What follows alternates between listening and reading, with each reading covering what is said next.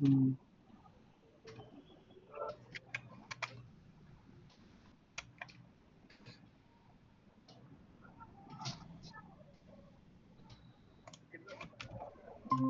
So, Rajnish sir, you are in now. You are in which like you completed the degree or you are in No, the I mean, final I mean just like first term of degree level. degree level, huh?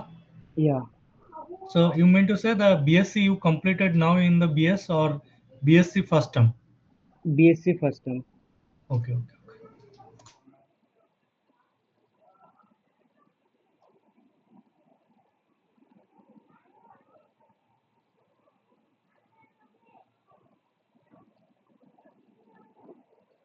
So in last few sessions, like I have already covered uh,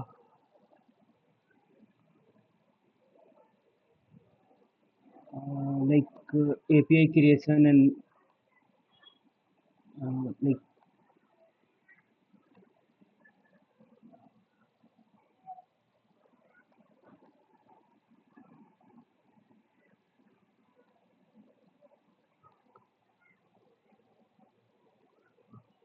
uh, so we did login, sign up, everything, and most of our backend routes are complete, and even front end.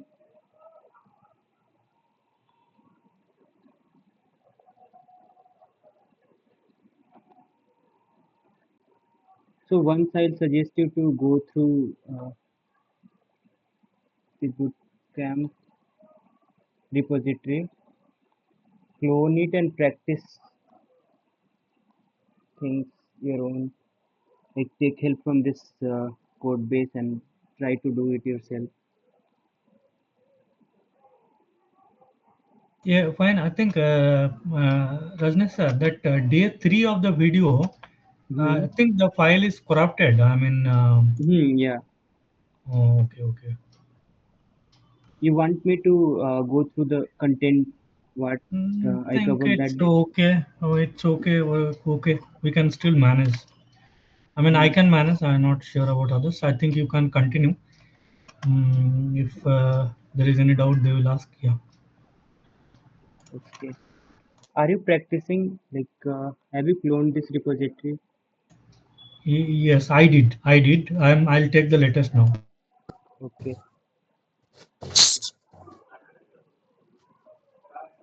So, sir, have we covered how can we upload documents through UI? No, we have not covered it. Yeah, And will we be covering it? Because I'm from the last term, so I will be continuing with the same assignment that I was doing, hmm, and that's where we need to upload document. okay. Okay. So in this uh, project, what we are doing, I don't think there is need of document upload, but I can show you how to do it. Yeah, that will be helpful. Okay. So once we finish this task Because management, when I'm doing the last term thing, I'm the same projects that I was doing last term. Two options. hmm, I'm not. I can't see the current terms option, which were visible during the term break, but no, not anymore. okay. Okay. So once we finish this task management, Uh, we'll go to both like im- Yeah, important. yeah, that is fine. Anytime is good. Hmm, I have another office meeting sometime around 8:30. But if it is there in the recording, that will help me. okay. Okay. okay. Fine. Ramesh, one doubt. So this term they have given two project.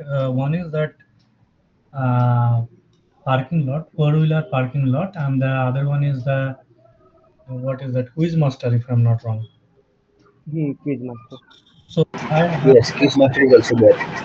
I kind of decided that I will go with the four-wheeler parking. I feel that there is lot to explore and learn in this.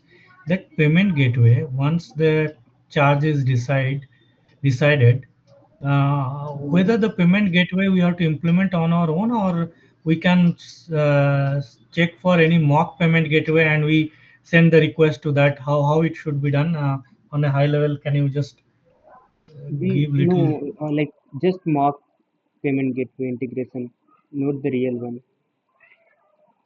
Okay, so if my page is able to land in that mock payment gateway, and maybe there is something dummy we enter, and it will again come back in a confirmation to the application page.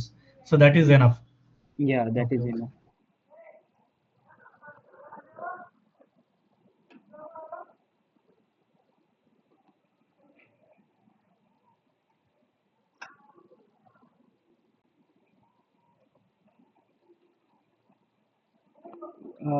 So any questions regarding uh, resources or model creation, registering anything?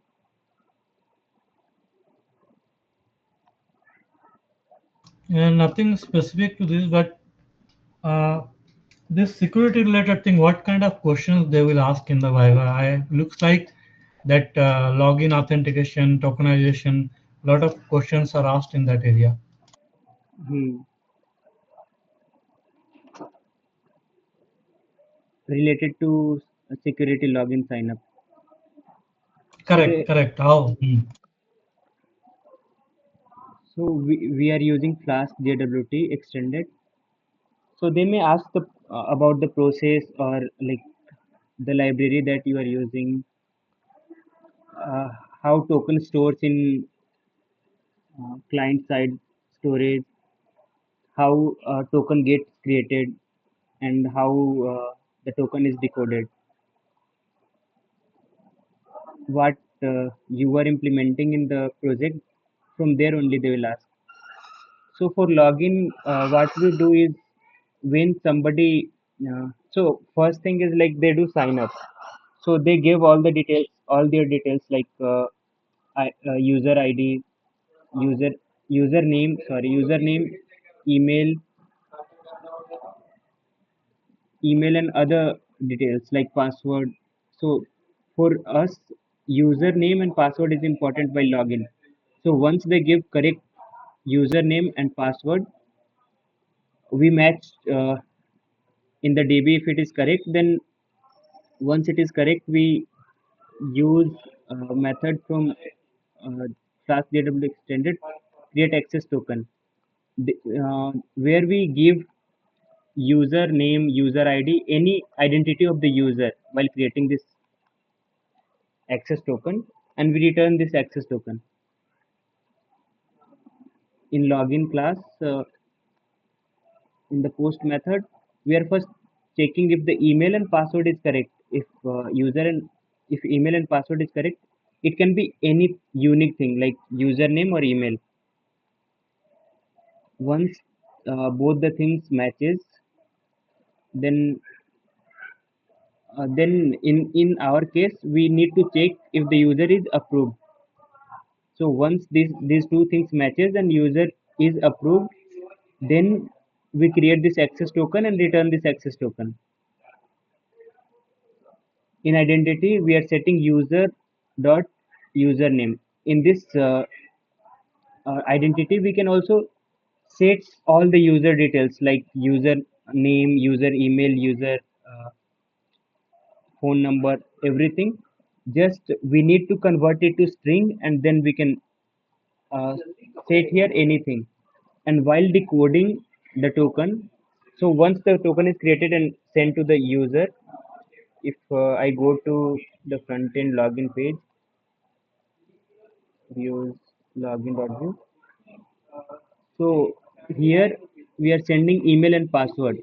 Once they both are correct, backend will send the token, and that token we are storing it in the local storage in the browser.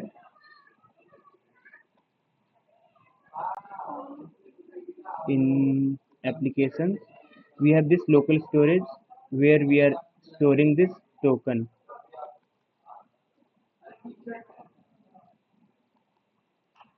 and every time we are going to call any API, we will send this token, like if I go to admin dashboard and we have this method to fetch approved users. So here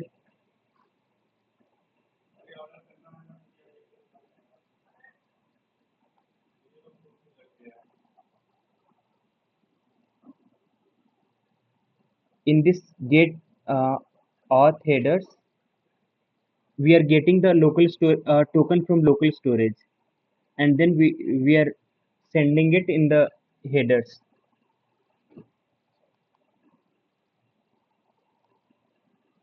So now if I come to this all any like user resource and get method, here this JWT required will first check if there is token and token is valid. If there is token and if there is a valid token, then again it will check for the required role. It will check for current uh, logged in user role, and if it is there in this list, then it will allow for this get method.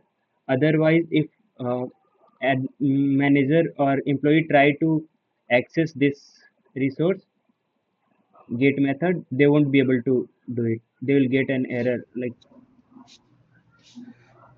Okay, Rajni sir, one doubt there. Hmm, So this is having two part. One is so second part that you are discussing now. What hmm, will happen is once the user is authenticated, then if it is a authorized user, it will get a token which will be stored in the local storage of the browser for the hmm, current user session. hmm, And whenever this user is making any kind of request, whether it is a get call, post call, whatever it is interacting with the backend, hmm, it will always send the request along with the token what it has got by logging in, right? hmm, So this is the second part. Now the first part, for the first part, hmm, I was just going through some recorded session. hmm, I shared some line in the chat. In the config file, they're using the security hash, BC crypt, security password salt. Can you also elaborate these things, how this is coming into picture, like when it is storing the password credential in the database, hmm. is it applying all this algo before it save in the DB, or how is it actually? uh, did I Okay, so make some sense what I'm asking? hmm. Hmm, okay.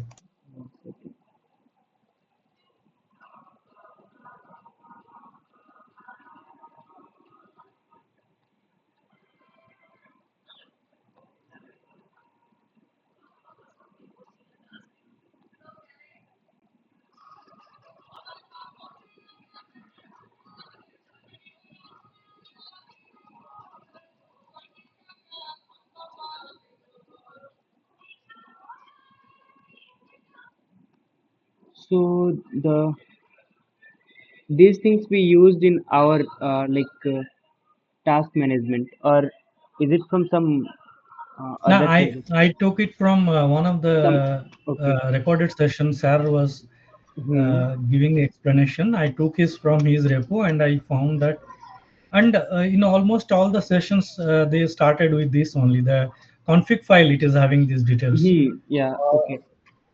So these are the configuration that so there is a default configuration. If you don't put these things, we need security key. So this should be something that we have to put. Other than that, they are all optional.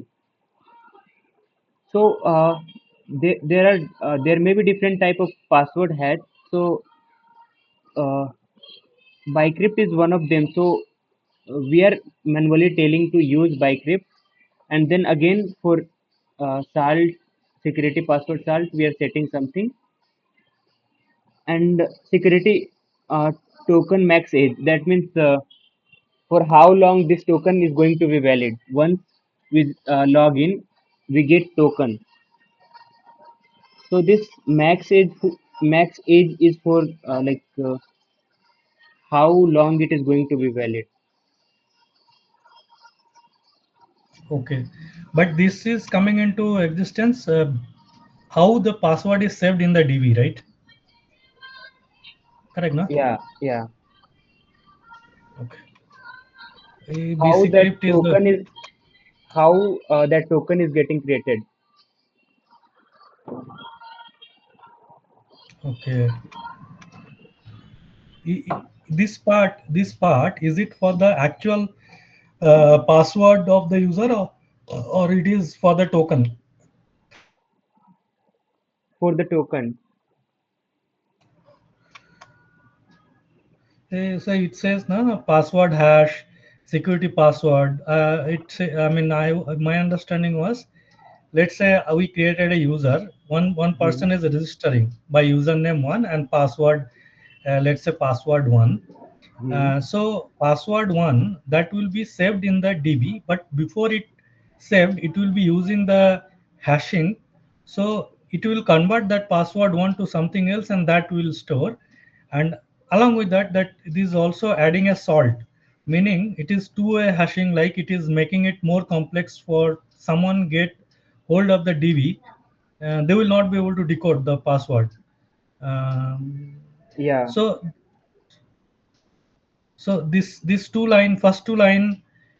three line, basically my understanding is it is before it saved in the DB, it will apply two-way hashing, and even though, and it is one-way encryption, so it cannot be decrypted. Even though someone get access to the database, they will not come to know what is the password of those user IDs.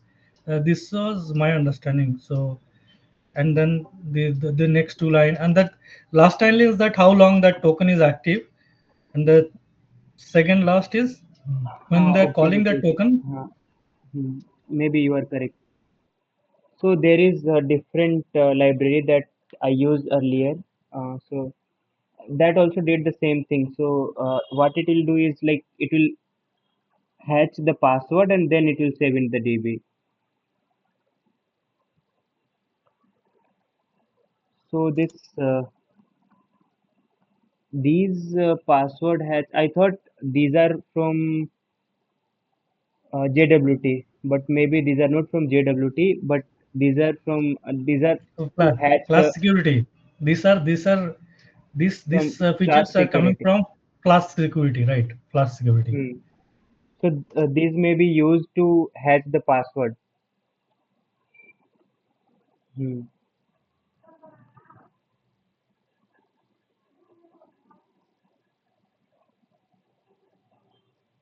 Okay, I think I have the basic understanding, but they will not get into now how this BC crypt is, how the hashing is in that algorithm. That they will not ask. No. No, Okay. I don't think they'll go this way, especially Okay. about these configurations. Okay, then fine. Yeah. Please continue with the other agenda point what you may have. Yeah. Hmm.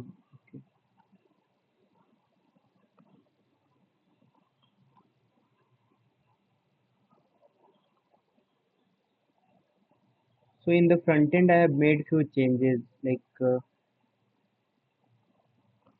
I tried coding here in the session itself, but it used to be time taking, and most of the time I get some error. Then I'll debug. It was too much time taking, so I thought to do it and then explain what's happening. So we saw this admin dashboard earlier, where uh, we were trying to approve a new user who had signed up. So now, if you see the UI, there is this navigation bar. If I log out, there is this navigation bar by default, and this home page we had earlier. So that. message we are seeing here.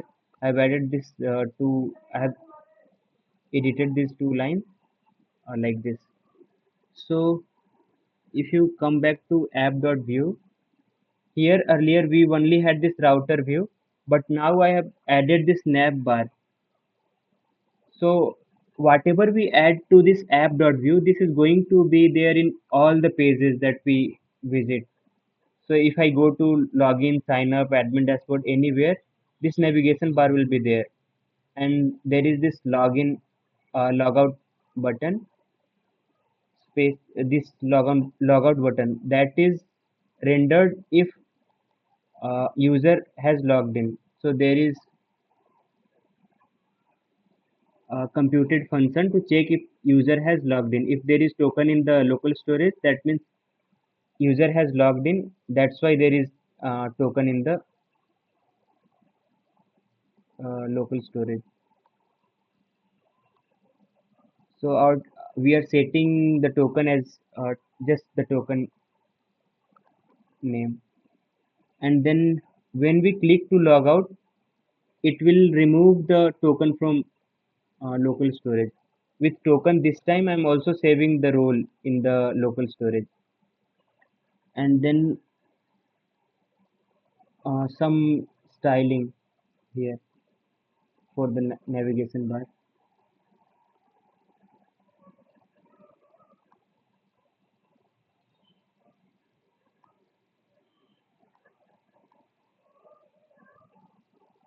So I mean to say, whichever page you are going, that this navigation bar will be there. Home, sign up, login. This one you are talking about, right? The menu Hmm. kind of. Okay. Yeah. So there are different ways to add this navigation bar. I choose to do it from here.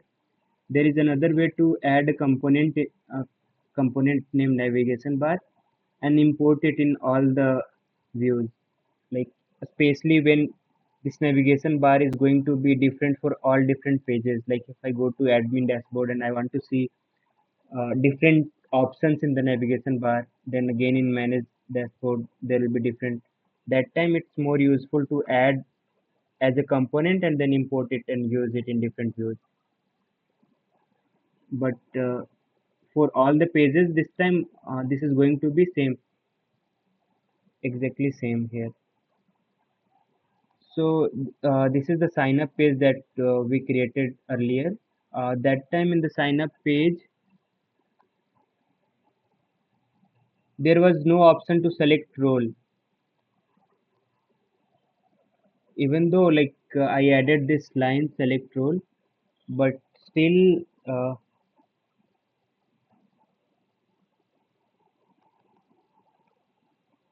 it's not much useful because the logic is if somebody signs up and it goes for admin approval, that time admin can choose if he is admin or he is manager or employee.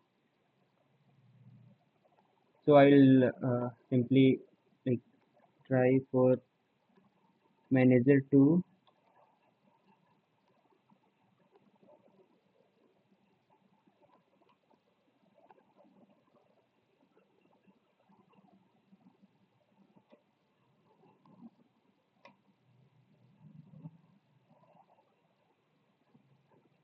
Once I sign up, it shows sign up successful, awaiting for admin approval.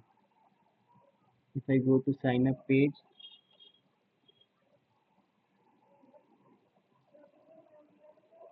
so this uh, message here, I'm displaying it here. So whenever this message is not empty, then this will be displayed here. So this message is empty by default, but once the user signs up, I'm appending, like I'm updating this message with if there is some error from backend, then that message will be shown from backend, whatever we are sending. Otherwise, it will, if there is no message, that means if everything is good and sign up was successful, that time it will show sign up successful, awaiting for admin approval. and then again setting this form to empty.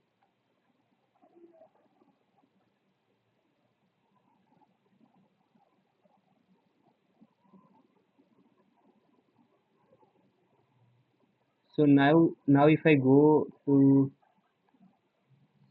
admin login as admin, I will see manager 2, and here I can change the role of the user. I can add him as manager or employee.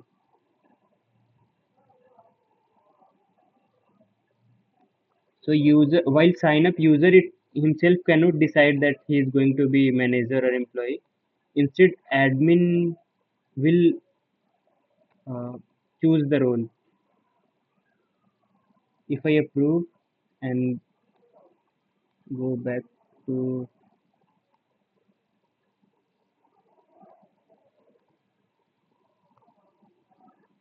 login and choose manager to man2 at mail.com and login.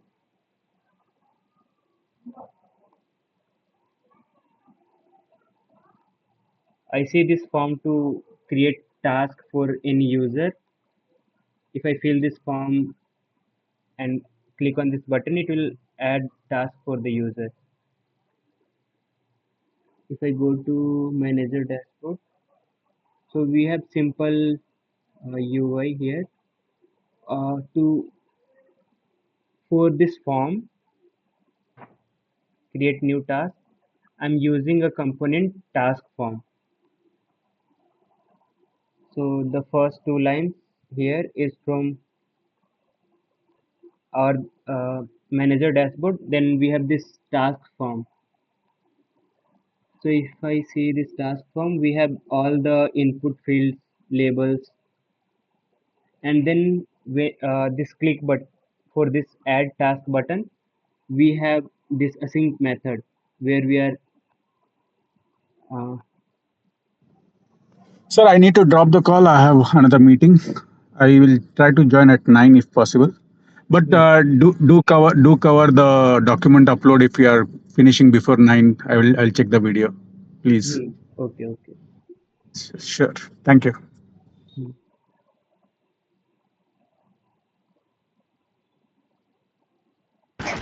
Sir, all the code, like whatever you have done in this link, has been published in the link that you said. Can you say it again? I'm asking like the link which you said for GitHub.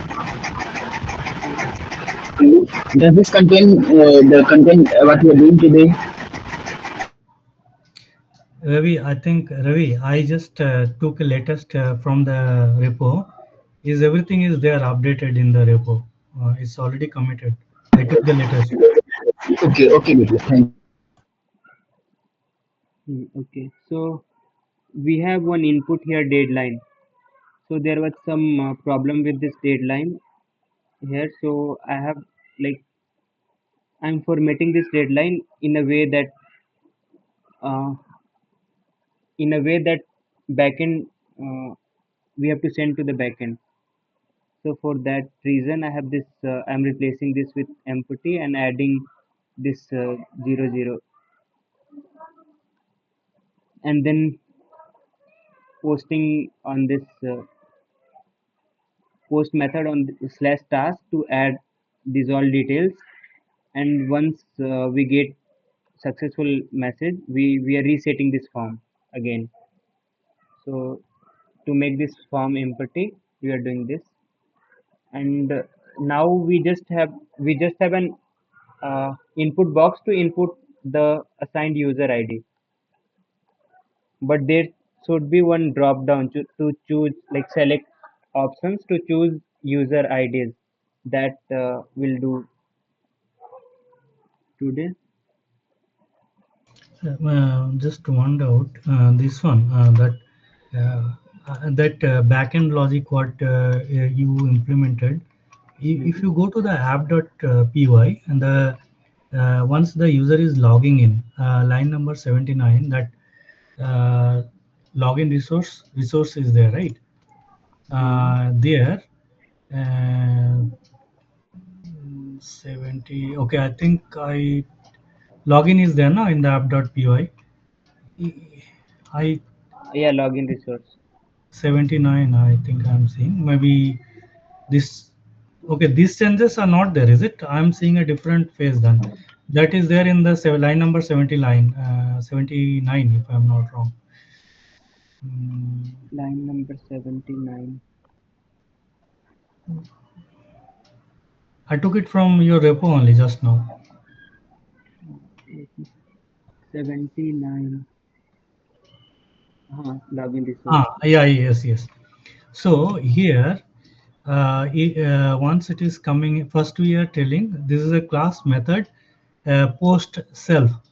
This line Hmm. number 81, data request dot get JSON, what it does actually, what request it is making to get JSON. Okay, so this 81. So, Uh-huh. hmm. So we have this post method, and we have to send something from uh, while calling this method, like while accessing this post method, we have to send something, some data, Mhm. and that we can uh, get it like this using request.getJSON. You mean to say whatever user is entering on the UI that we are getting in the get JSON? Yeah. Well, I'm not able to get the definition of get JSON actually. Somewhere it might be defined, no, get JSON, or no, we are how it is getting that value. That's what my doubt is actually from the UI.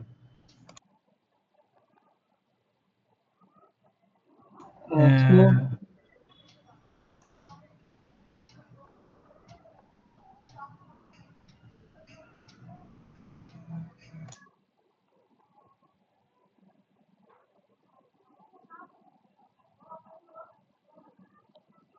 Uh, what I am trying to understand is in the concept wise, I am very clear that it is getting what user is entering on the UI, that user ID and password it is getting, and then trying to query on the DB whether this user is exist or not. hmm, But here in the given scenario, how it is getting that data from the UI actually, that is what I'm trying to understand. okay, so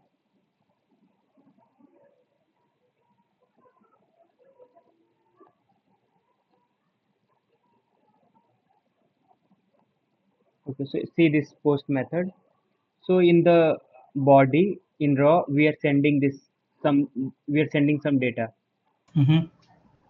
So what this request.get JSON does is like whatever there is JSON data inside the body, any JSON data inside the body, it will Mm. take that JSON. So this is No, in your application, when a hmm, user is logging in, hmm, it should be coming to this data which is request.get JSON, right? What I'm trying to understand is in the current app, how is that part implemented in the current app? No. Huh? no, this is a get JSON is a method from request library, Mm-hmm. and this request.get, like this get JSON method, what Mm. it does is like what if like we are this is a RESTful API, post Right, API. right. So when somebody calls this API, so there are different part of there are different things when they are calling it. There can be different stuffs like authorization, headers, body. So This part actually I understand this part, but hmm, what I'm trying to understand is, uh, see, it is getting when the user is logging in with hmm, what credential that user is logging in, it is getting that data and hmm, trying to query in the DB whether this user is existing or not. Based on hmm, that, if it is existing, it is issuing a token. Now Hmm. my doubt is in the line number 145, Hmm. how it is reading the data from the UI. That's what I'm asking actually. In the current app, let's say if you are logging in using some ID, right? Hmm. How it is getting that data in that data variable in 145? Okay. So it is not directly reading from the UI. We are making a call. We are from front end. We are sending this API call, and with this call, there are different things attached with this. There can be different stuff that can be attached with this API call. So in post method is meant to be something we are sending from front end. While calling this API, we are sending these two things. So when backend receives this API call,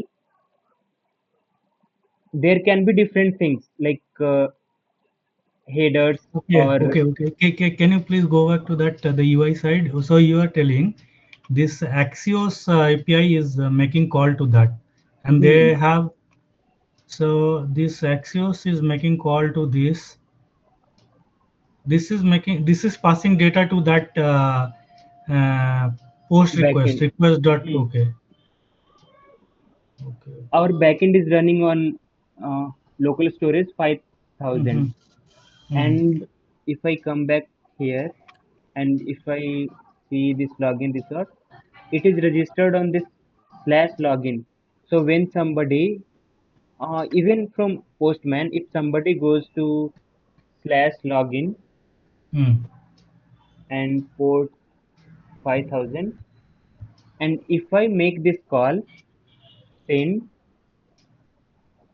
this Mm. backend will uh, catch Okay, the call, so and then this request.json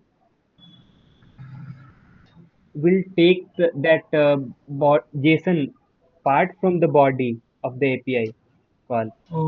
that can you please go back to that API UI side once more? Hmm. So here it is they async 25, line number 25, async login user. Hmm. Does it mean that it has to in the controller wherever this login user is there and it is the mapping? Is that right understanding? Or this is how we are linking? This login user is there, or bottom is there any other router defined that to which oh, it is making call to this post This login. post, yeah, here.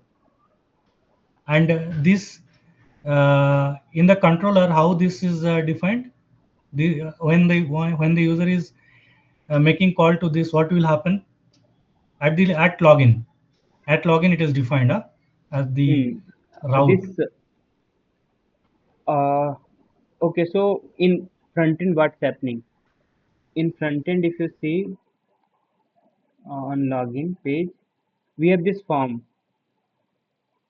Okay. Correct, correct. Two input box, for one for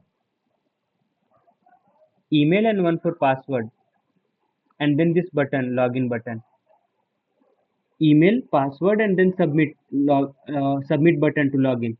And when somebody fill these two things and click on this login button, this will uh, call this login user, submit at submit.prevent login user. So if you see, this will hit this function, and this function will then make a call to this local storage 5000 port and login route, and it will, along with this API call, it is sending these two details, email and password. Hmm. Correct. And then again when so once our backend receives that call, it we can use like we are using this request.getJSON to get the body part. So there can be like image or PDF along with like headers, authorization. In headers, we can add something like question mark, and then let's suppose we have to say send some data like name is equal to.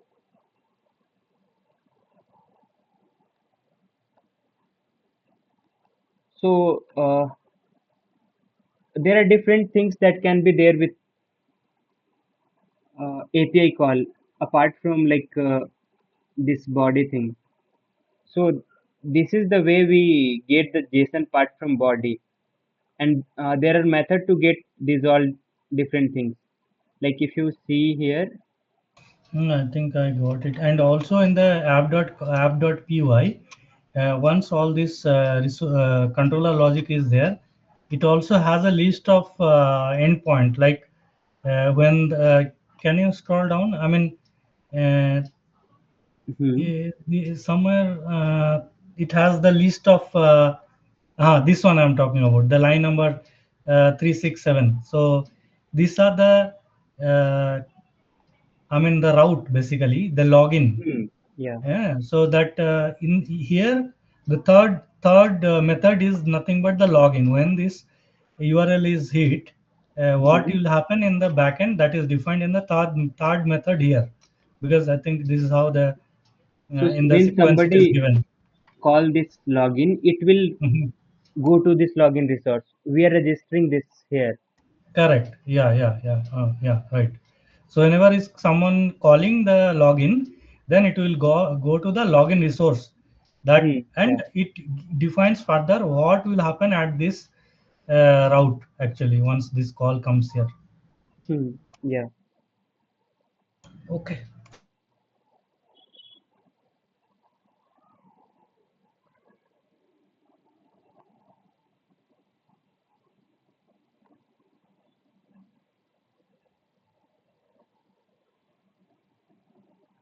Did you understand this part?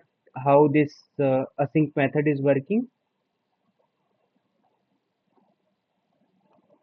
I got it. So it is making a post call to this URL, Hmm, this endpoint, and hmm, when making call, it is sending this email value, whatever it is on the UI. It is hmm, getting from the previous code what you showed on that, like what user has entered, email ID and password. It is sending, and it is passing on to the controller logic, whatever it has got to the data variable in the request.json data. hmm. So in UI, if you see, what happens is like I'll go to some other API call part. So if I come back to manager dashboard, there is this created. So what it does is when our page gets created, at that time automatically it will call two methods. First is fetch task and then fetch all users. Fetch task is a sync method and it will fetch all the tasks. If I go to UI manager dashboard, I see failed to fetch task. Okay, so some problem here, maybe login problem. We need to log in again. Mhm. Okay. So now we see no task available. That means there is no task in our DB, but it is making an API call to this task. If I come back to the code,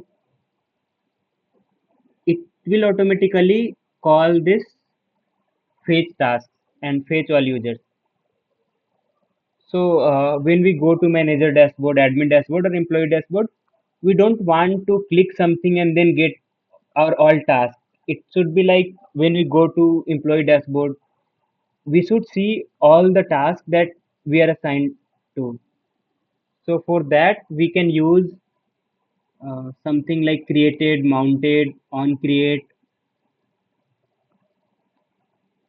So there are different life cycle hooks in Vue.js, and on each different life cycle hooks, if you want to uh, do something, you can add it to like that hook. If I replace it with mounted, then once the page is mounted, that time it will call these two methods. If you come back here to fetch tasks, so if I go to this method get auth headers, so what it is doing is like it is getting the uh, token from local storage and then returning this headers. So here for we have to add this auth header to all the methods. That's why I created a different method and then I call it here. But this can be, if you want simply to uh, try without this method, then we can do token is equal to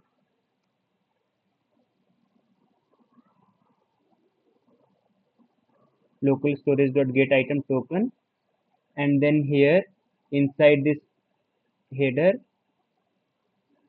like directly add this. Sorry, this should be added inside.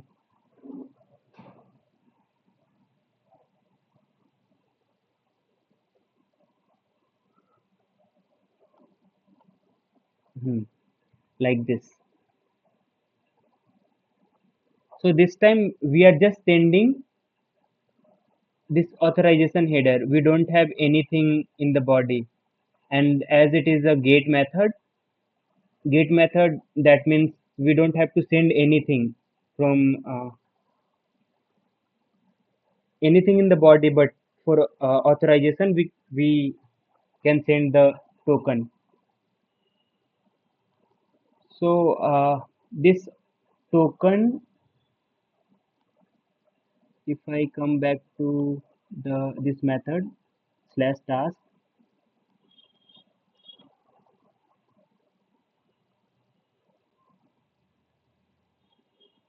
get method, so here there is add JWT required. So this part, authorization part, this JWT required is handling everything by default. We are not doing anything, but there is a way to uh, do that also. So this way this happens when we are sending some authorization header that we can get by request dot headers dot get authorization. So using this request library, there is then again different method to get different stuffs. To get JSONs body, JSONs from body, we had get JSON. To get headers, we have this headers dot get and then authorization header. And that authorization header has, if you see, Actually, somewhere I saw in this code, it is saying that it will be coming with authorization token, but here you are reading authorization. Any, I mean, I just seen somewhere it will come with authorization token, but here we are just reading the authorization. yeah. So again, if I go to this postman in authorization there can be different type of uh, there can be different auth types, authorization types. Mm-hmm. We are having authorization bearer token. Mm-hmm. So first thing is like we have to get this uh, token, Mm-hmm. and then in auth token, if you see, if I remove this,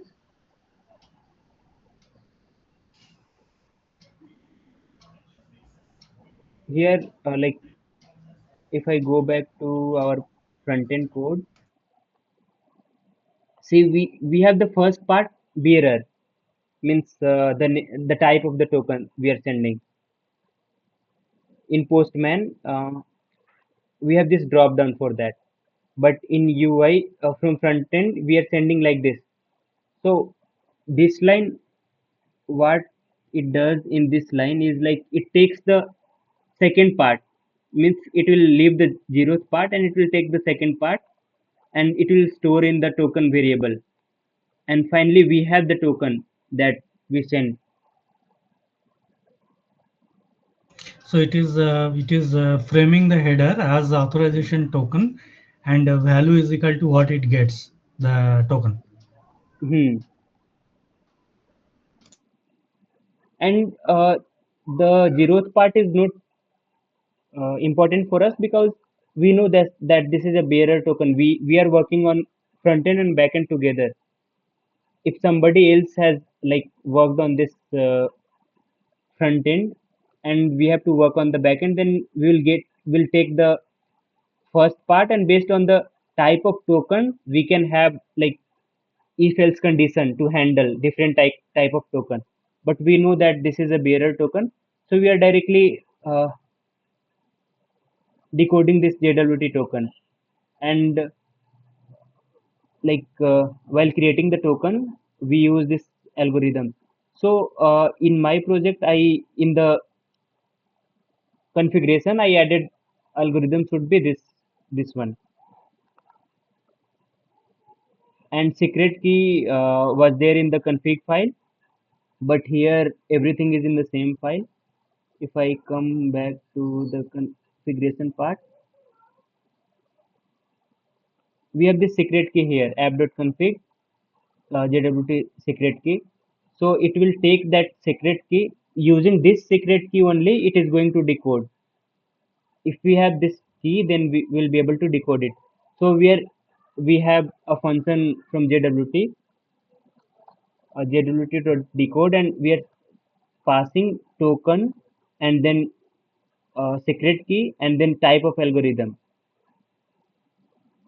and then now payload No, dot get. are you saying that this secret key is used, whatever secret key you have used in your backend? Yeah. So So no, no, this, just hmm. so when I am calling this, I'll go to the login part. When I'm calling this create access token, this create access token uh, takes the secret key from here, from config, and it uses this secret key to create the token.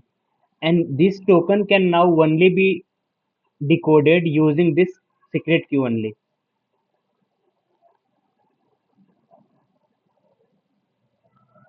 Okay, and also can you please go back to that line? Okay, here Hmm. uh, in the UI side, UI code, Okay, UI. this line number, the line number where you are using one more HS256 algo. Yes. Hmm. Yeah, yeah, yeah. How, okay, understand that when this data is sent to the backend, this algo is used. How it is decoded actually? This token, is it not that it will be using this, and when it is reaching to the backend, it also need to be decoded. Uh, this algo, whatever it is using in line number, this Hmm. line, Line number yeah, I think line number, 30. yeah, 30, line number 30. Hmm. So how does it know that it is having SH256 algo? And because it has to decode that, then only it gets the actual value, right? Hmm. So in backend we are like if I go to this uh, create JWT token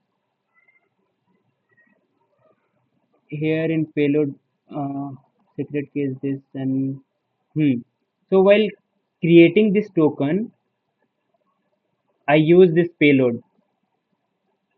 So in Uh-huh. Okay. payload means uh,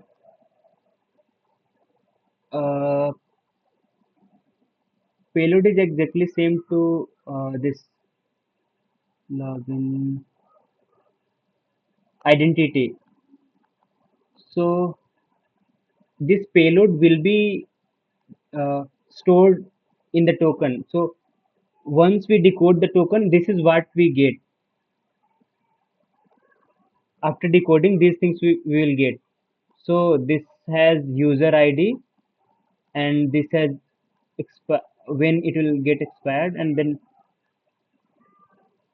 I think the this time line when. number, Mhm, like the last line here before the return is there, na? That mhm. you have 37 something. I don't know what line is this. I think this might be helping to decode uh, this line number 17, because there also you are telling that it should have a secret key, and it should use this ASIC 256 to decode that what it received. This Am is I? the part where we are creating the token. If you see Uh-huh. this, this is a create JWT token function. So last time when I was doing my project, I had no Mm-hmm. idea that there is already existing create access token is there in Flask JWT extended. So I had to create a function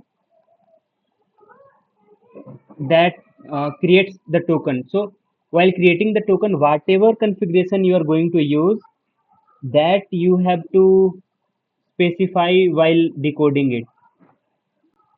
So secret key and algorithm. So if you see here, while encoding, like creating the token, I am using this payload, this secret key, and this algorithm. Hmm. So when I do jwt.decode and then give token and this secret key and this algorithm, if I change this algorithm to something else, it is not going to work. I Uh, got it. That is the mapping actually. Okay. hmm. And then in this payload, we have different things, and we are interested in user ID. So user ID is equal to this payload. We while we decode, we get the payload. Whatever we are going to set, that we are going to get back here while decoding. So I get the payload user ID. Then again, if that user ID is there in the DB, uh, this can happen like somebody logs in, somebody creates account, and he logs in, and then he deletes his account, or maybe admin deletes his account, and then if he tries to log in, then since the user ID is not there in the DB, it is not going to. Okay, sorry. So first is like, if this user ID is none, that means in payload there is no user ID. That time it will raise user ID missing in the token payload,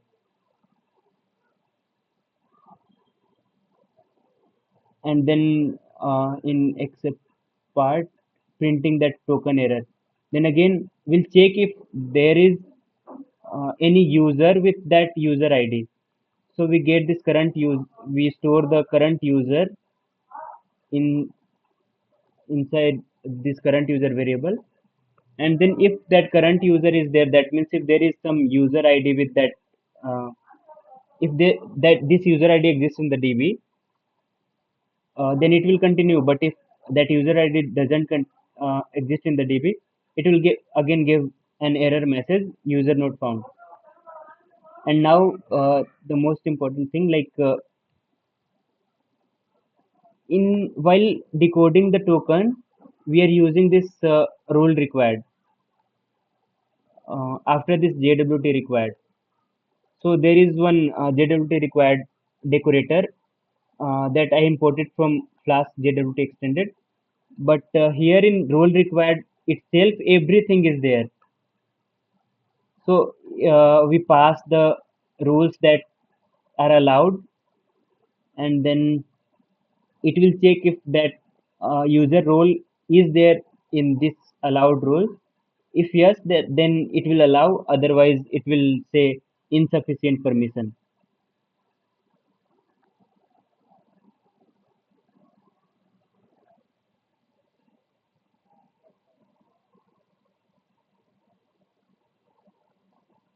Okay. So you mean to say wherever we for after before the any resource, I mean basically any route is getting invoked, this JWT token is there, that is ensuring that all the requests are served with a valid token. And then second is 172, it is also ensuring that the user is having one of the required role of this for the particular resource to Hmm. serve. Yeah, exactly. Okay. If I go to instance and project.db, open with in users, you see password is like exactly what user is setting. So anyone who has access to the DB, he will uh, he will have access to all the passwords. Uh, so that is not a good practice. That means like uh, in a company, if you hire somebody and he has access to the DB and he now has access to all the passwords of all the users, then maybe once he leave the company or even when he is working there, he can do some operations like login. He can misuse the password actually, login with some user and do something. So it's recommended to hash this password. So there are some methods, there are some libraries that offers this password hatching. So what happens in password hatches, you give uh, the password and then it creates a strange string. Now uh, this string cannot be converted back to this password. That means in the token, while creating the token, we saw that we are able to like decode the token. Whatever we are setting as a payload, that we are able to get back. That means this hatching is not this is irreversible. Means once you put your password, you convert your password to hash, that hash can never be converted back to password again. So let's suppose I have this password 12345 and this is in a hash uh, here in a hash format. So even if somebody gets this hash, they can never get the actual password from that hash. So how do we verify that if user is entering password that is correct or not? So that happens like when they enter the password, we again create a hash of that entered password and we match both the hash if they are same. Means we are not matching the password, but we are matching the hash of the actual password stored in the DB and the hash of the password that user entered.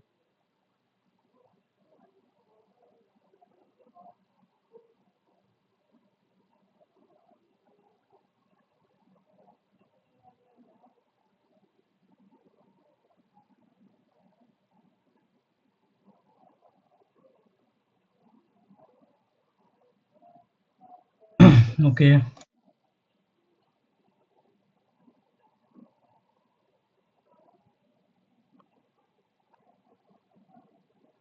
Mm, so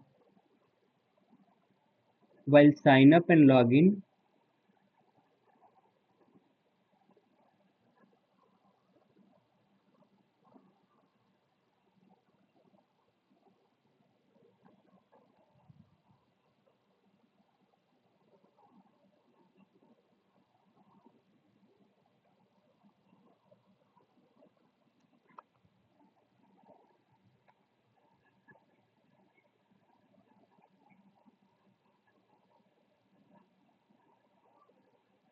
so this is one of the library that can be used to create password hash.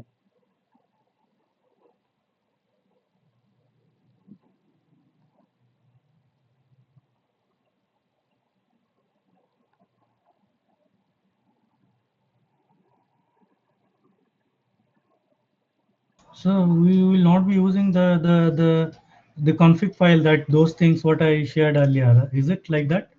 That password hash, then security password. Those are not to use. This is something different, huh? Yeah, this is a different library. So we can use Flash security So also. this is okay. This is one other library. Flash security offers like everything. This we don't need even JWT for if we are using Flash security. So session management for user session management, Flash security and JWT both are there.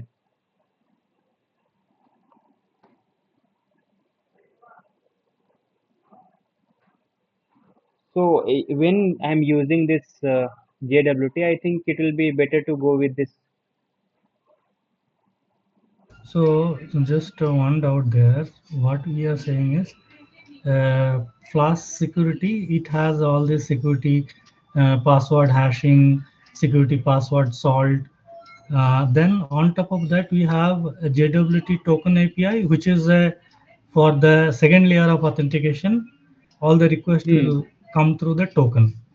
Yeah. Then this one, this is from, this is a pack API name, or it is under what, that something was where's Jung something, I think. Hmm. That's true. Uh, yeah. So this is a new API Yeah, this is a library.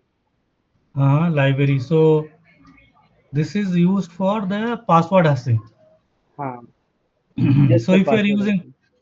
if Hmm. we are using this, then no need to use the config file, those things what I told, but still we have to use the JWT token. Hmm. Okay, okay, okay. I'm not sure, but there can be a configuration for this also. So generally, like there are two methods inside this workzeg security. One is generate password hash and another is check password hash. So first is like when you give anything inside this method, it will return you the password hash. The second is like to compare password and the password hash and the input password by the user. So you give the password hash, comma, and then the input password, and it will return true or false. If the both password hash matches, then it will return true. Otherwise, it will return false.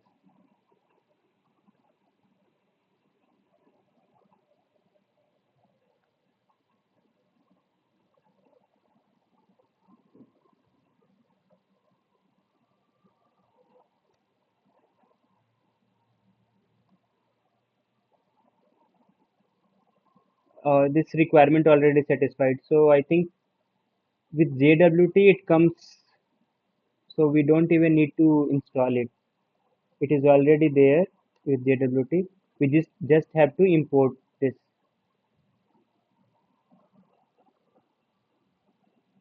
What is better approach actually?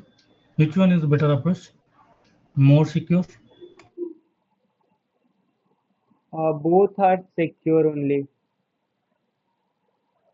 We cannot compare Flash security with this WebJug.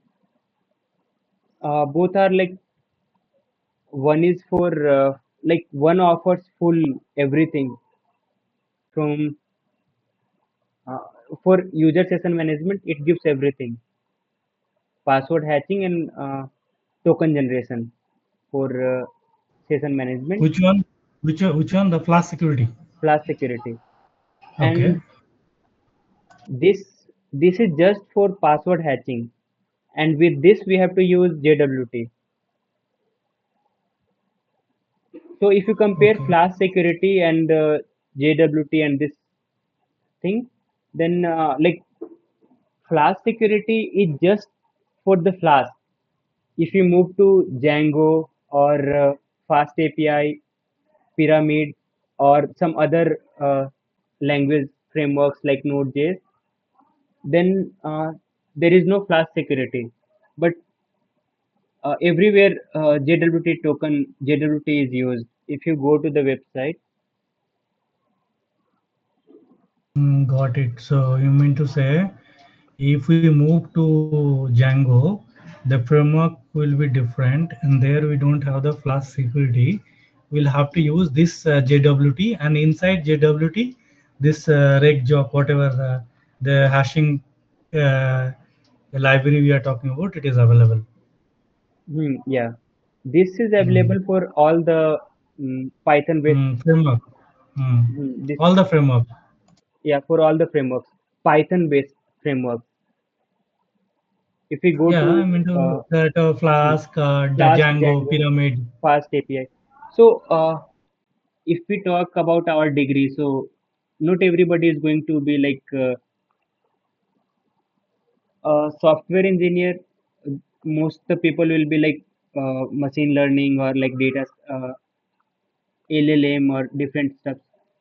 So I think in future you're going to use Fast API mostly like for these small things.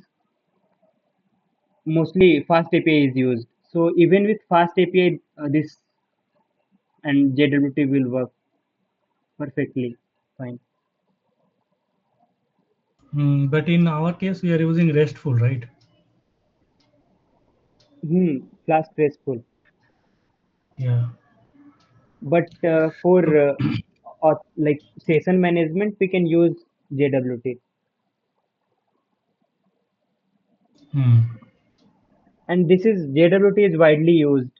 Like I think 80% of the places, more than 80%, I think JWT only is used.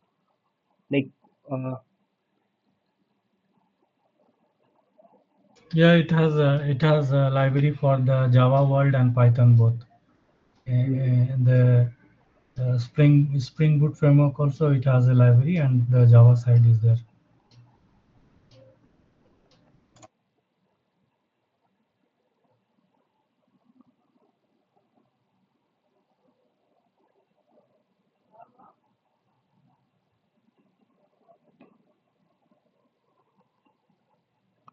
generate password and password check.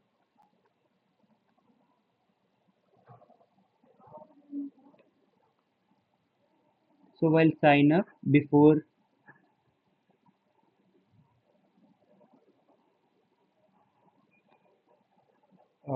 saving it inside the DB, we can call this generate password hash, and from this time onwards, it will store the hash and not the actual password. So again, like we cannot compare the password hash with the password. So at login, we need to decode this password. So I'll have to do like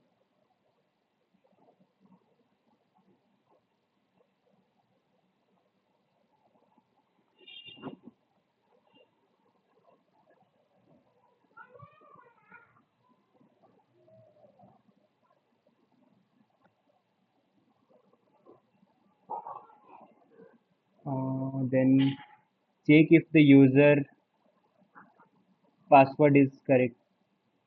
So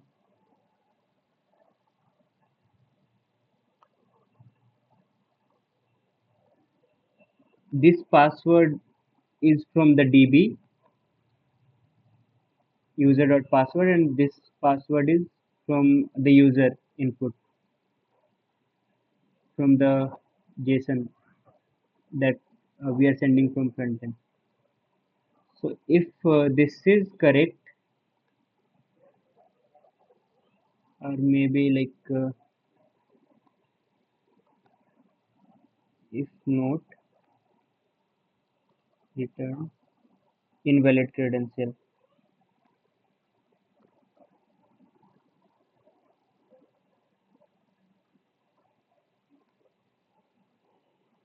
Now I'll have to like delete all my DB and then restart my app because I have some passwords that are not hatched, password hatch. So, and then again, there is one place where I'm creating the admin. Here, I have this password. I cannot store it directly like password. So again, create password hash.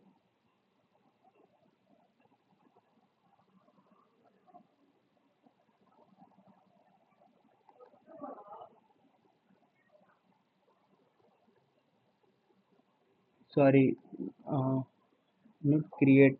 I think it's generate. Hmm. Generate password hash.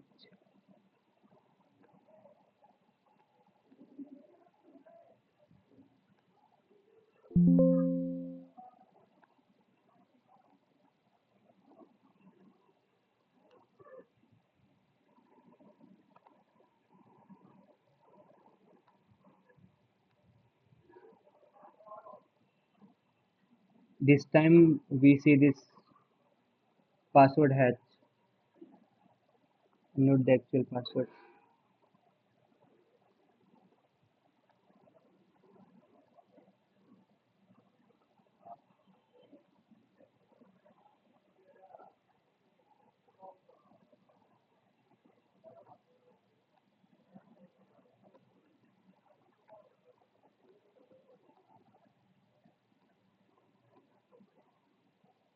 I'm able to log in. Means everything is working fine.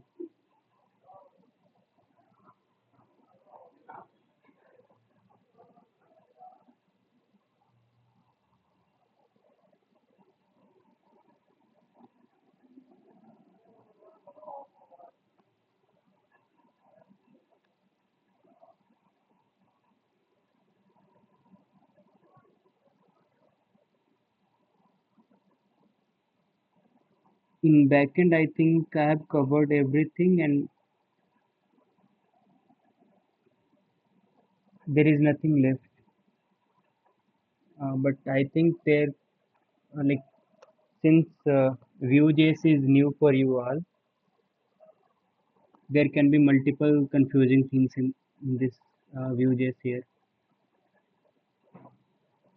So I have like already uh, explained this all, but once again I'll explain it. So there are different components of Vue.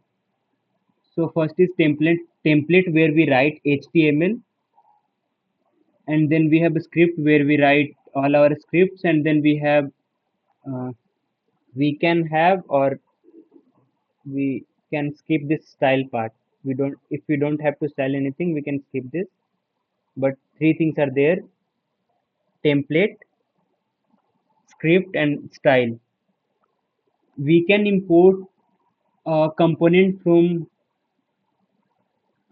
a different path and use it here. Like I have used a task form component and added it here. So for to add any component, first we need to import it. Then we have to add it to the components, register the component here, and then we can add a simple.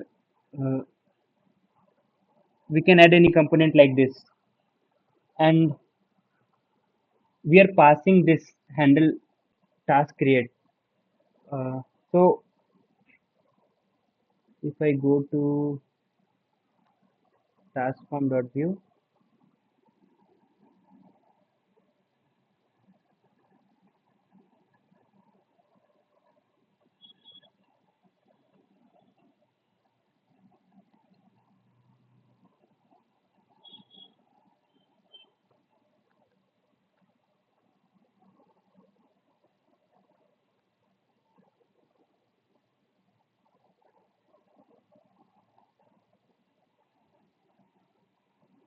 so whenever we submit the task, like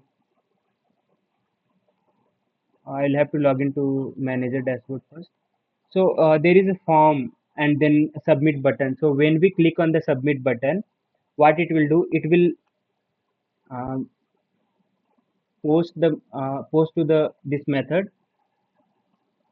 slash task, and then it will submit all the details. And once it is successfully, like if task has created successfully, then it will reset the task, and then it will emit, means it will send something back to its parent. It will send this task created, it will emit this task created, and that we are handling it here like this. So when the task created is called, then in parent we are calling this function handle task created, and it will simply add this message task created successfully. So this message we are having here in this UI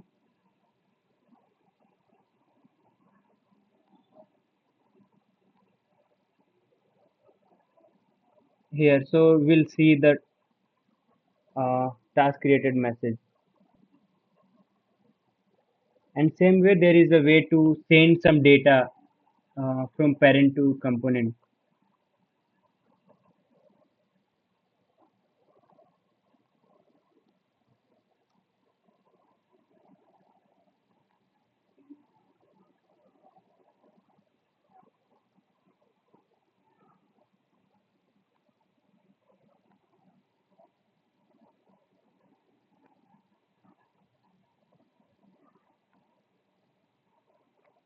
Okay, we are using options API. There are two ways to do Vue.js project.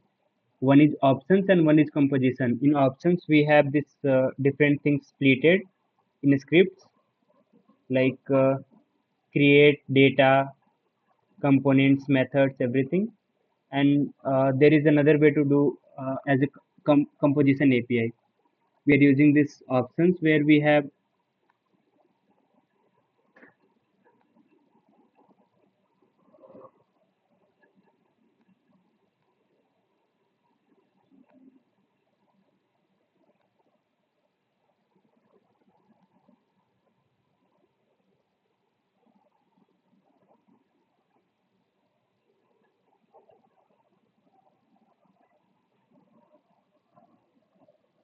Okay, so here we saw this emit part, that if there is a component and we want to send something to parent component, we can do like this dot emit and then some text. And when this parent receives that, we register it like this. When parent receives that message like task created, we can uh, call any functions here. Once we get some message, on that message we have to do something, then we can do like this. And then we have props. That means this is like sending something from child to parent. But there is another way to like sometimes we need to send something from parent to child, like when we have this navigation bar as a component for different pages, we want different things in the UI. So we can do like here we can add a message like page is equal to, and then this is manager dashboard.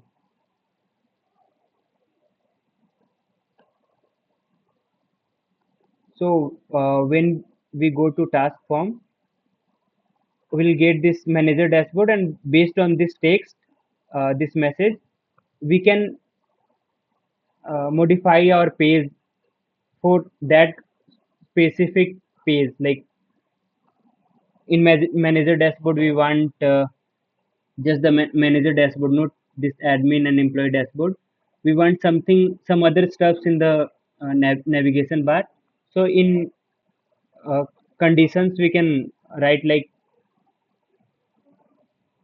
if this prop value is manager dashboard, then do this. If the prop value is admin dashboard, then uh, render something else.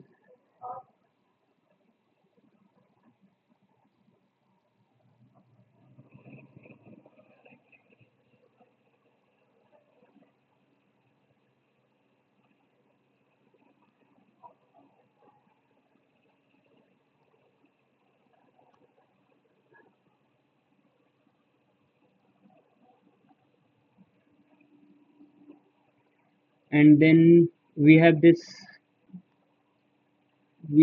data. This data is like for this page, these are uh, these variables are accessible all across this page. That means in templates, in script, in any method, any of the methods, these are all accessible, or this can be modified from anywhere. So we initialize some variables like this, and then we have this created. So if I come to this life cycle hook, so this is what happens when we start our front end server, and when we visit some page. So there are different stages: before create, then created, then we have before mount, then mounted, then before unmount, then unmounted.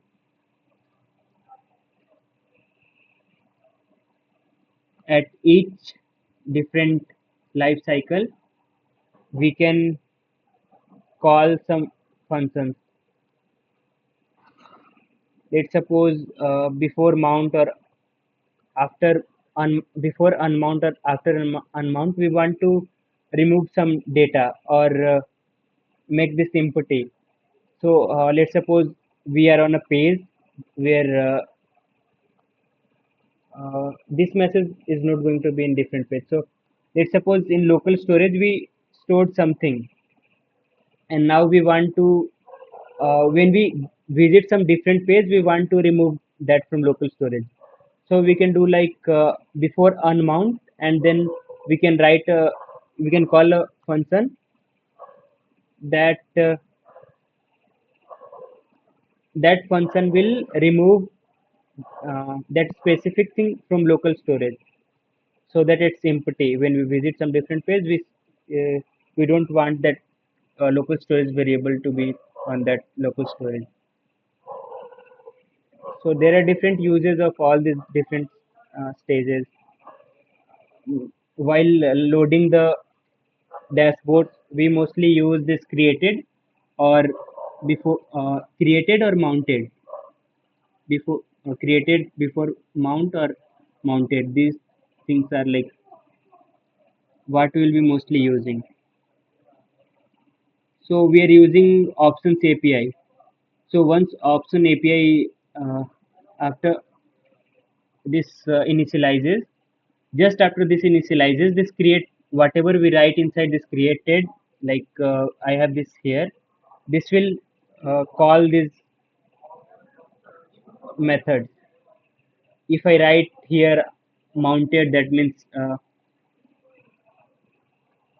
let's suppose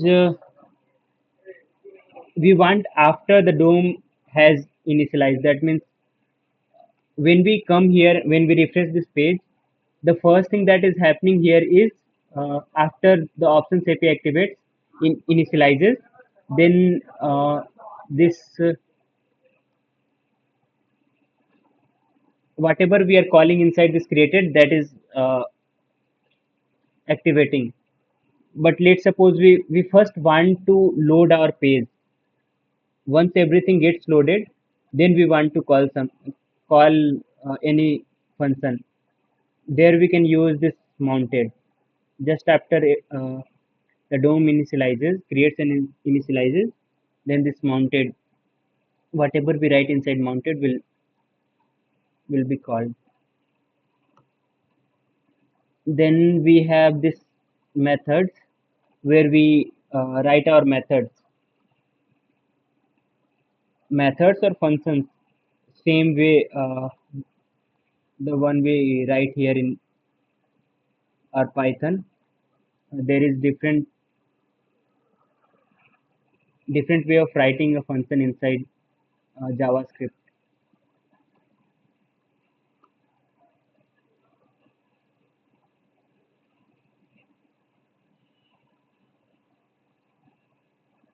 And we have another thing, compute, where we do our small computations.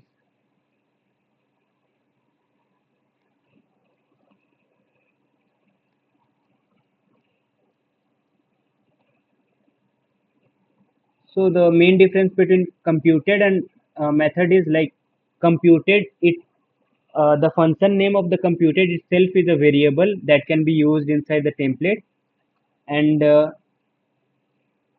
methods are like the actual methods that we write in our like any programming language. And computed is like the like if there is a computed and we call it somewhere, we call it or like we are passing it as a in two-way binding, then whatever that computed returns, that will be the value of that method name itself.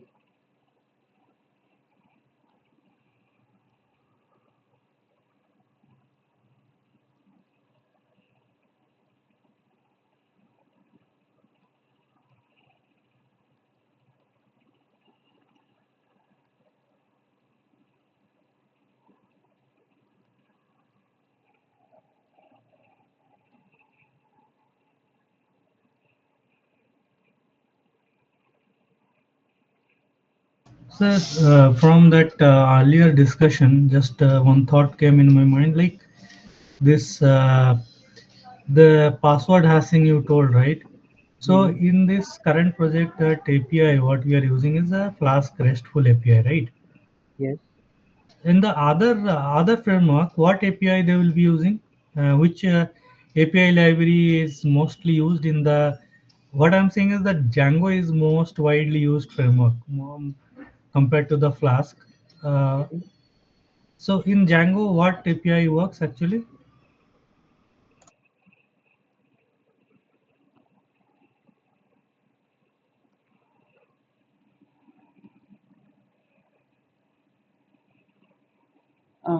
I'm not exactly sure about what they use. They also have REST frameworks, but since like Django is there is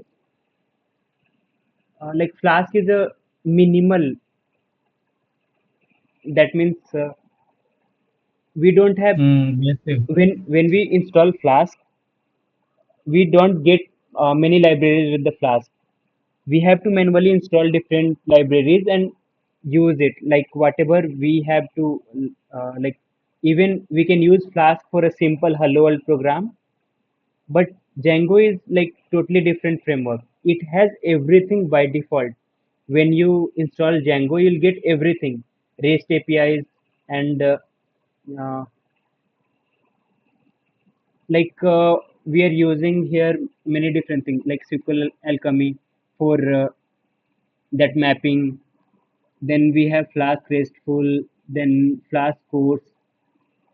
These all things are not installed externally in Django. They all come with Django, and like there can be different way of using like there can be different methods inside those all libraries, but most of the things come with Django. We don't have to manually install and do these things. We get nice folder structure, and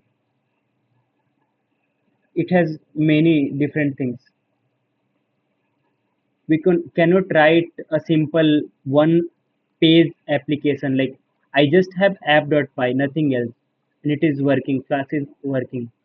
But with Django, we get a folder structure. I think. Get it. Maybe it is more kind of enterprise level framework, not like Hmm, Flask. Flask is for very lightweight, simple application, but mostly in the enterprise level, they will be using the Django maybe then. hmm. I have used Django, but I don't remember. Like I used it in in an internship, so they had one project, and I had to like continue working on that. That means I did not created the project. So the way everything was there, I was just looking at the different things and then writing new code. So it's written exactly the same way we are writing it here, like almost exactly same, but not this API dot route. There was different name, but uh, API dot something, and then class name, and then the path of the route. Calling this exactly same way, and this used to be like we used to have different pages for like there was one specific page just for registering these APIs, and we get admin dashboard and like if you have a database there, then you don't have to manually go and create this admin dashboard. We are creating this admin dashboard here. There you get every on admin dashboard. By default you will get every operation. Means if you have to update anything, if you have to uh, you just write these classes models, and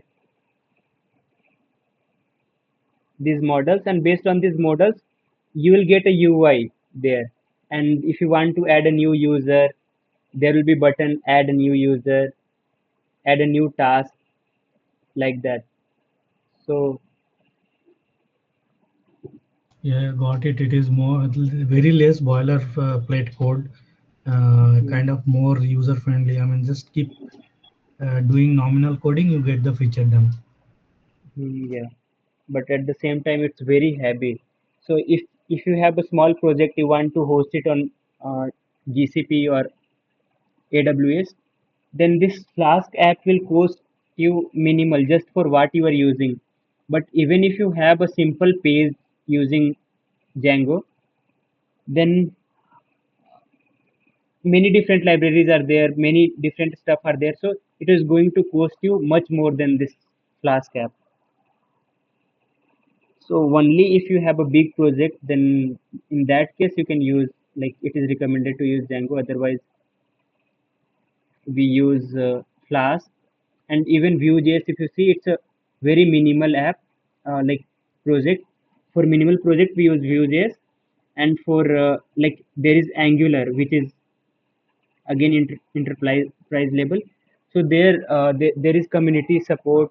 You get different things just writing small codes of line, and you get admin dashboards and many different things in Angular. But in Vue.js we have to write like all the codes, but a very it's for a very small projects. Like we can even have a single page application here. In Angular again we get a folder structure, and we get different stuff by default once we install Angular. Okay, so Angular also works with the Python backend framework like Flask and Django. No, Angular is for front end. It is a Java script like Yeah, yeah, framework. yeah. Hmm. So it will you not might have work with you might have heard of React.js. yeah, React.js is there, React and React.js is most popular, but it is just a library, not a framework. So in React, compared to React and Vue, uh, React is more popular, and that's why there is community support and React. In React now, officially React is no more there. There is Next.js, the next version of React. So Vue.js is somewhere in the middle, like in the like first React with minimal things, then Vue.js with there are all the things here in like for a framework. whatever is needed. All the things are there in Vue.js, but still very minimal. Just Got it. things that are required to run a front end.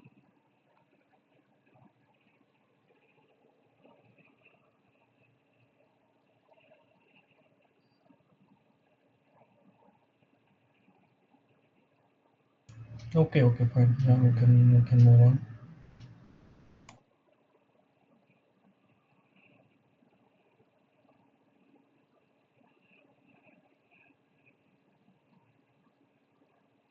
So maybe somewhere in the form I'll try to add a PDF upload button in sign up page, so that uh, just to learn how to upload a PDF and receive it in the backend and store it in file system.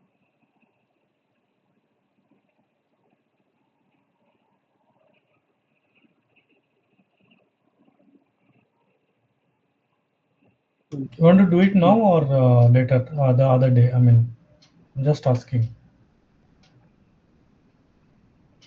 We can do it later also, but it's still very easy. Just need to add uh, maybe 2 3 lines of code. Yeah, then okay, we can finish it then. So just we need to add a like input type form. Maybe I'll get a suggestion as well. Input type is equal to form, and then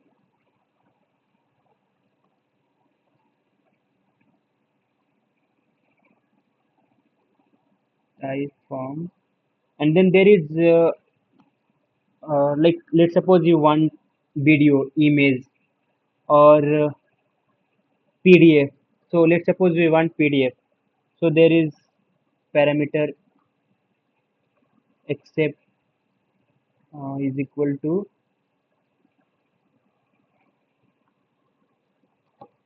why am I getting this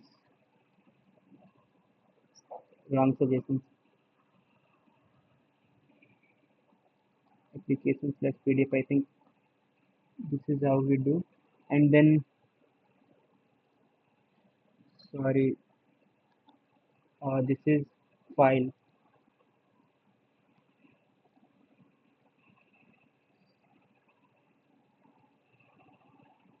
file, and then PDF.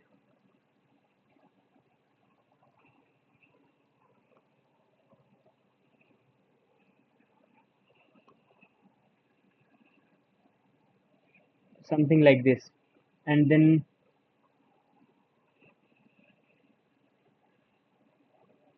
no need for this button.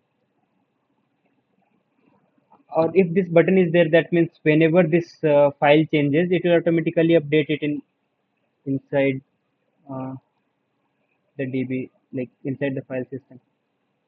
This way we add any files, and then we have to handle this file inside this app. So sign up resource.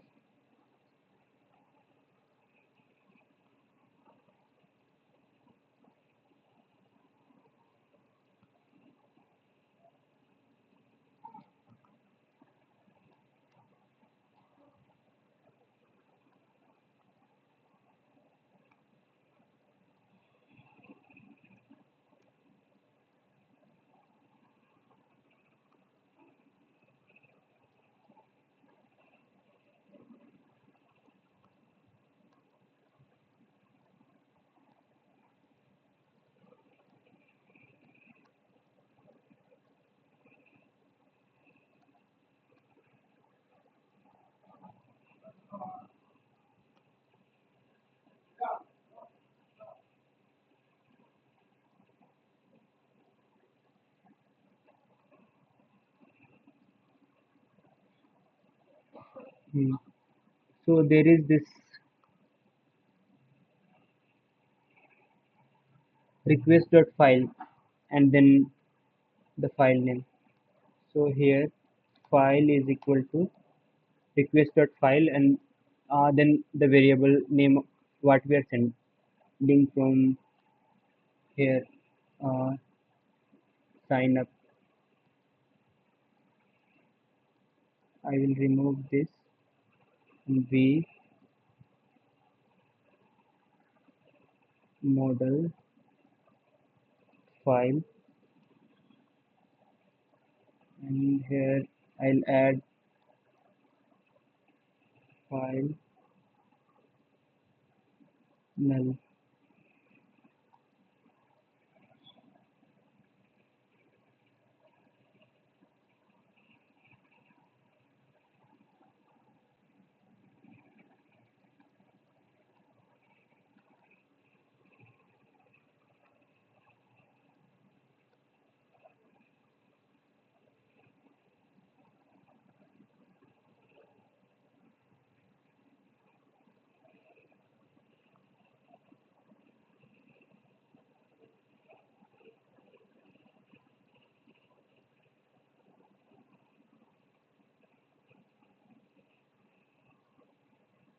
So maybe I will have to write a different method to handle this PDF at handle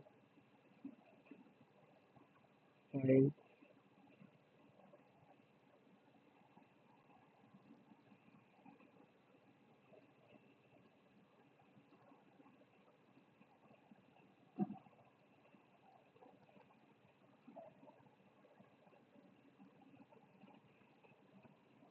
And this I need to activate every time this file changes.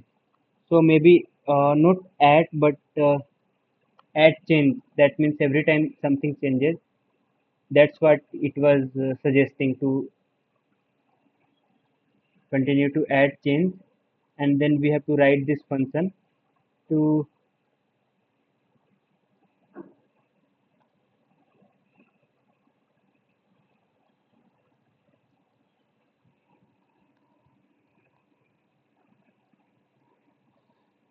so if we upload the file, if there is some file, this dot file is equal to file input dot file 0 else file. So it will store that file in this here something like this. So again when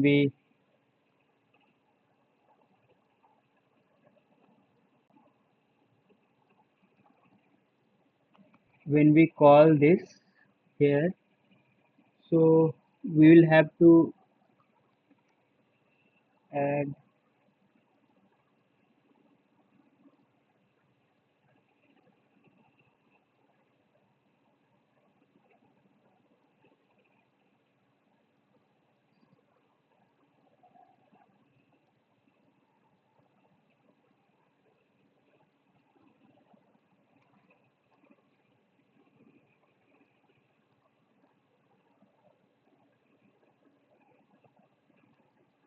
Now I think if I upload any file here,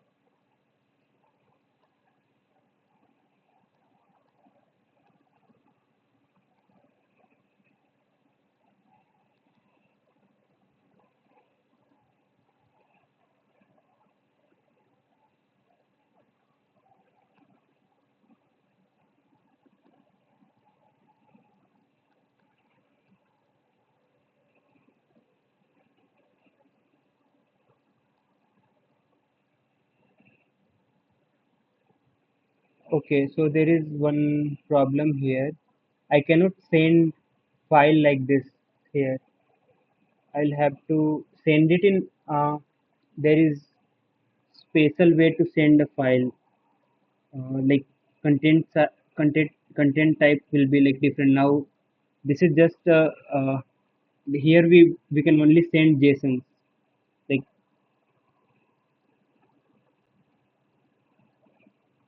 so inside.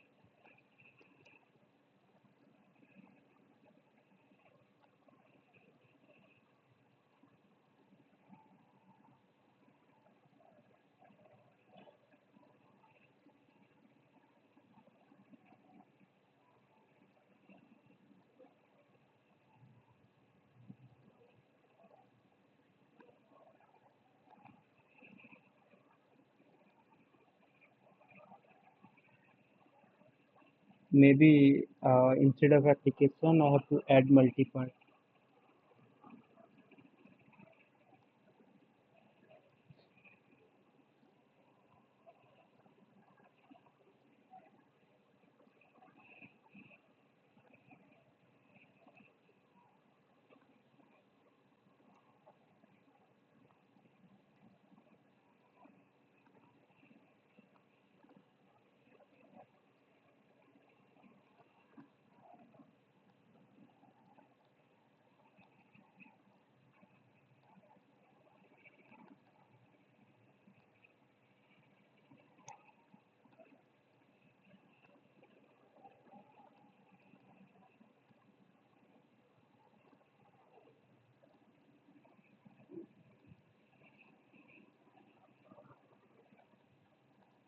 Okay, there is some problem. I think I'll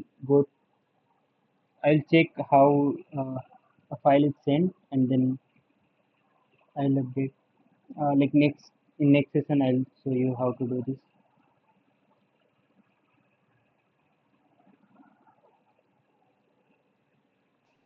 So, sir, what were you trying right now? Sorry, I just joined again.